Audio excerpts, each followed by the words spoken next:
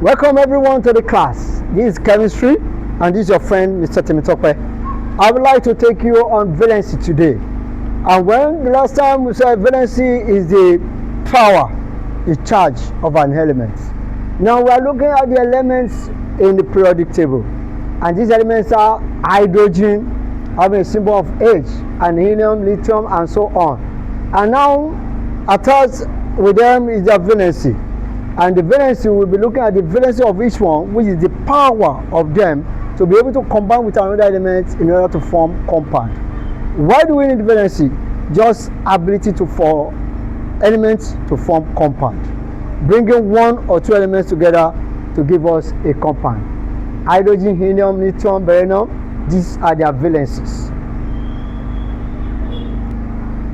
So as I said, that valency is the charge of an element. So we are going to look at the other valencies that we have here. Aluminum having +3, silicon 2 or +4, and then phosphorus -3 to +5, then sulfur -2 to +6, and so on, chlorine -1, and so on. But there are some questions that are related to this topic, and this is one of the questions from our examiners. An element E has the electronic configuration of 1s2, 2s2, 2p6, 3s2, 3p3. Now you ask yourself, what kind of element would it be? From electronic configuration, when it's neutral, is what? Same as number of atomic number. So let's add everything together. 2 plus 2, 4, plus 6, 10, plus 2, 12, plus 3. Can I hear 15?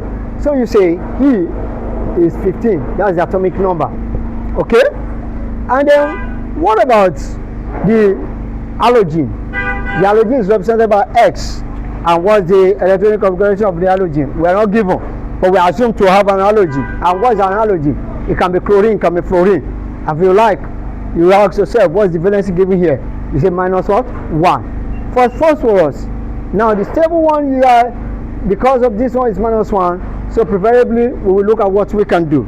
So what we will do at this time is that because 15 is phosphorus and phosphorus is from -3 to +5, they are asking us what kind of compound can you form?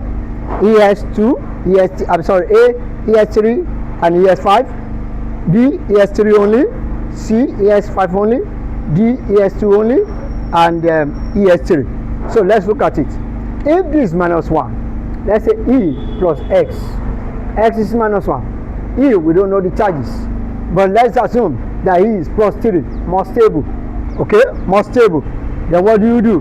You say multiply this side, but multiply E by 1. Multiply X by 3. So when you multiply X by 3, you will have something like this. EX3. EX3. So with this, you have formed, if phosphorus is E plus chlorine plus 3 -1. What you have formed is phosphorus or chloride. Phosphorus chloride. That's what we have here. Then secondly, what can we form again? I told you that phosphorus is from -3 to +5. So let's use +5. So when we are using +5, E is equal to +5, then plus X -1. What do to balance it? Multiply this one by 1. Multiply this one by 5. So when you multiply this one by 5, you have E. E occurs how many times? Once. That's multiplied by 1 once. And this one occurs how many times? 5 times. So EX what? 5. That means what we can have here is what? ES5 and ES3. So that's the answer for this. So you call this one phosphorus chloride. You can also write this one as PCl5. Thank you.